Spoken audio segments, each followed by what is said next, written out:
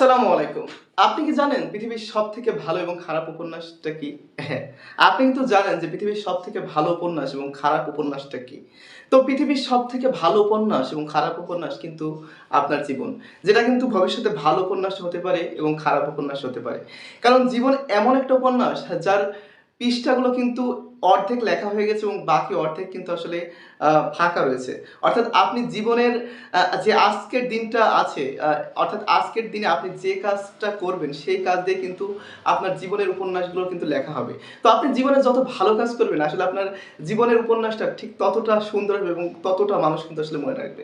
আর যদি আপনি খারাপ কাজ করেন তাহলে কি হবে সেটা আসলে আপনি নিজেই জানেন। তো এবার আসি মূল কথায়। তো আজকে কিন্তু আমরা এসেছি ২৬ ব্যাচের যে উপন্যাসটি আছে ১৯৭১ সেটা কিন্তু আসলে পড়ার চেষ্টা করবে এবং পরীক্ষা যেহেতু একদম নিকটে তো অনেকের কিন্তু উপন্যাস অংশটা নিয়ে কিন্তু এখনো কিন্তু ঝামেলা রয়েছে। তো উপন্যাস অংশে কিন্তু ৪ টা কিন্তু বর্ণনামূলক প্রশ্ন থাকবে এবং প্রত্যেকটা বর্ণনামূলক প্রশ্নে কয়টা করে থাকবে? ২ টা করে অংশ থাকবে। ক অংশ এবং খ অংশ। তো কর জন্য ৩ মার্ক এবং খর জন্য কয় মার্ক? ৭ মার্ক। এই টোটাল ১০ মার্ক। তো ৪ × ১০ = ৪০ মার্ক এবং এই ৪ টা প্রশ্নের ভিতরে পরীক্ষায় কিন্তু আসলে ২ টা কিন্তু অ্যান্সার করতে হবে। তো তুলনামূলক সহজেই কিন্তু বলা যায় এখান থেকে আসলে নাম্বার পাওয়া। তো এবার আমরা দেখি যে কোন প্রশ্নগুলো আসলে উপন্যাস থেকে বর্ণনামূলক ক এর জন্য এবং খ এর জন্য অর্থাৎ ৩ মার্ক এবং ৭ মার্কের জন্য যে প্রশ্নগুলো সবথেকে বেশি ইম্পোর্টেন্ট সেইগুলো সাজেশন কিন্তু তোমাদেরকে দেব। তো ১ নম্বরে টাইপ ১ বর্ণনামূলক প্রশ্ন আগে বলেছি যে একটা প্রশ্ন থাকবে যাতে ২ টা ভাগ থাকবে। সেখানে টাইপ ১ মানে ক নম্বর পাঠের জন্য থাকবে ৩ মার্ক এবং টাইপ ২ অর্থাৎ খ নম্বর পাঠের জন্য থাকবে ৭ মার্ক। তো ক এর জন্য আমি ১১টা ইম্পর্টেন্ট প্রশ্ন কিন্তু আসলে লিখেছি। তো ১ নম্বর প্রশ্ন যে অনুফা মীর আলীর পর বিরক্ত হয় কেন? ব্যাখ্যা করো। তারপর ২ নম্বরটা মীর আলী মেজর এজাজকে কেন সালাম দিলেন বুঝিয়ে দেখো। তো অনেক সময় অনেকে কিন্তু আসলে সালাম দেয়। তবে সালামের পিছনেও কিন্তু আসলে একটা কারণ থাকে। তো সেইটাই আসলে এইটার প্রশ্ন। তো এটা কিন্তু আসলে তোমাদেরকে বুঝে লিখতে হবে। তারপর ৩ নম্বর খুনের বিচার করতে মেজর এজাজের আগ্রহের কারণ কি? তারপরে ৪ নম্বর আছে বদিউজ্জামানের লুকিয়ে থাকার অবস্থা সংক্ষেপে বর্ণনা করো।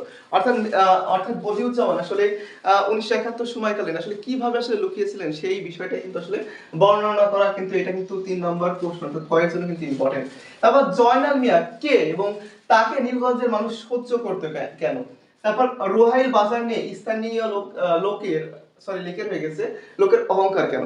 তো প্রত্যেকটা এলাকায় কিন্তু বিশেষ কিছু মানুষ থাকে, বিশেষ কিছু জায়গা থাকে যা নিয়ে কিন্তু আসলে সবার কিন্তু অহংকার থাকে। ঠিক তেমনই রোহাইল বাজার কিন্তু ১৯৭১ উপন্যাসে এমন একটা জায়গা যা নিয়ে কিন্তু স্থানীয় লোকের মাঝে কিন্তু একটা অহংকার কিন্তু কাজ করছে। তারপর ৭ নম্বরে সংসারে আয় উন্নতি যা হচ্ছে তা এই মেয়ের কারণে। তো অনেকে বলে না যে এই মেয়ে আমাদের ঘরের লক্ষ্মী, আমাদের ঘরে আসলে আয় উন্নতি এনেছে। তো ১৯৭১ সালের গল্পে যে মেয়েটার কথা বলা হচ্ছে যে সংসারে আয় উন্নতি যা হচ্ছে এই মেয়ের কারণে কেন বলা হয়েছে? নিশ্চয়ই এর পিছনে কারণ আছে। অবশ্যই কিন্তু এটা ভালো করে দেখে যাবে। এখানকার প্রত্যেকটা প্রশ্নই কিন্তু খুব ইম্পর্টেন্ট এবং এখান থেকে ইনশাআল্লাহ কমন কিন্তু থাকবে। ১০০% এর কাছাকাছি। আরো ২-১টা প্রশ্ন আছে যেগুলো কিন্তু তোমাদের যেন কোনো কিছু বাদ না যায় এজন্য কিন্তু পরবর্তীতে কিন্তু প্রোভাইড করা হবে। এটার কমেন্টেই প্রোভাইড করা হবে। তারপর সেন বাড়িতে ডাকাত আসার কথা নয় কেন? বুঝিয়ে লেখো। তারপরে চিত্রা বুড়ি রাতে এক নাগাড়ে ঘুমায় না কেন? কিছু মানুষের আসলে নানা কারণ থাকে রাতে না ঘুমানোর। যেমন তোমাদের কারণ কিন্তু এখন এসএসসি পরীক্ষা। তো অনেকের পড়ালেখা হচ্ছে না কিন্তু ঠিক আছে। কিন্তু এই টেনশনে কিন্তু রাতে কিন্তু আসলে ঘুম আসছে না।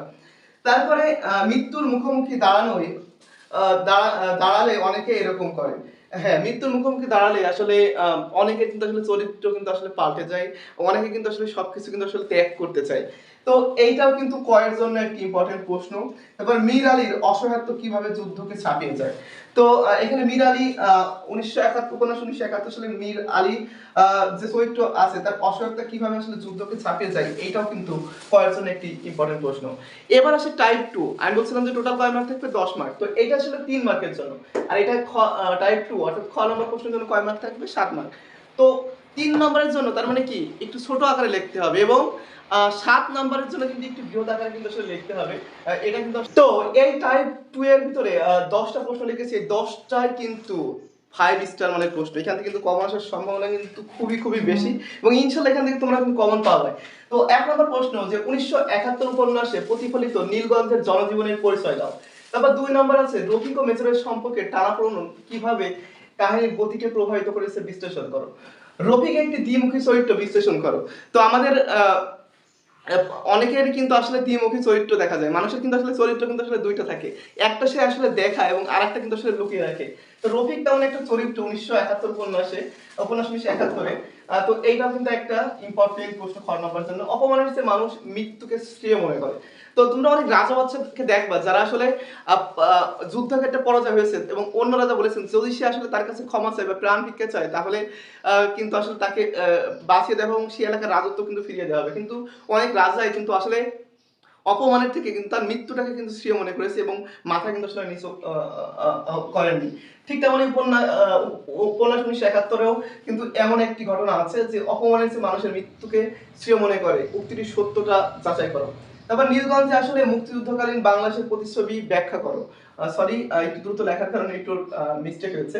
তারপর দেশপ্রেম চেতনা লুকিয়ে রাখা যায় না, 1971 উপন্যাসের আলোকের ব্যাখ্যা করো। আমরা অনেকে বলি যে আমাদের দেশকে কিন্তু আমরা ভালোবাসি না, কিন্তু আমরা যখন একটা দেশের একটা ভালো সংবাদ শুনি কিন্তু আসলে নিজের ভিতরে কিন্তু আসলে ভালো লাগে কাজ করে। তো দেশপ্রেমের চেতনা কিন্তু এখনো কিন্তু মানুষের ভিতরে আছে, আর তখনও কিন্তু আসলে ছিল।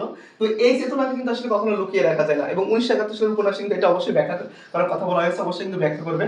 তারপর 1971 উপন্যাসে অবলম্বনে মীর আলীর চরিত্র বিশ্লেষণ করে। এখানে বেশ কিছু চরিত্র থাকতে পারে, যেমন আজিজ মাস্টার সহ, এবং 1971 উপন্যাসে কিন্তু নীলগঞ্জের জনজীবন অর্থাৎ ওখানকার মানুষের জনজীবনটা আসলে কেমন ছিল এইটার কিন্তু আসলে ব্যাখ্যা দিতে পারে।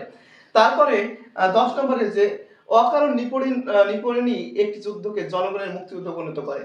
তো যুদ্ধটাকে মুক্তিযুদ্ধ আসলে কখন পরিণত হয়, যখন মানুষকে আসলে নিপীড়ন করা হয় এবং সেটা আসলে সর্বসাধারণের যুদ্ধ হয়, তখন কিন্তু সেটা আসলে একটা মুক্তিযুদ্ধে রূপান্তরিত হয়। তো এই ছিল উপন্যাস 1971 ক এবং খ এর জন্য কিন্তু ইম্পর্টেন্ট প্রশ্ন, এবং বলা যায় যে প্রায় 100% কিন্তু এখান থেকে কমন আসবে। আরো কিছু কম ইম্পর্টেন্ট প্রশ্ন আছে, সেগুলো তোমাদেরকে কিন্তু আমরা কমেন্টে প্রোভাইড করবো ইনশাল্লাহ।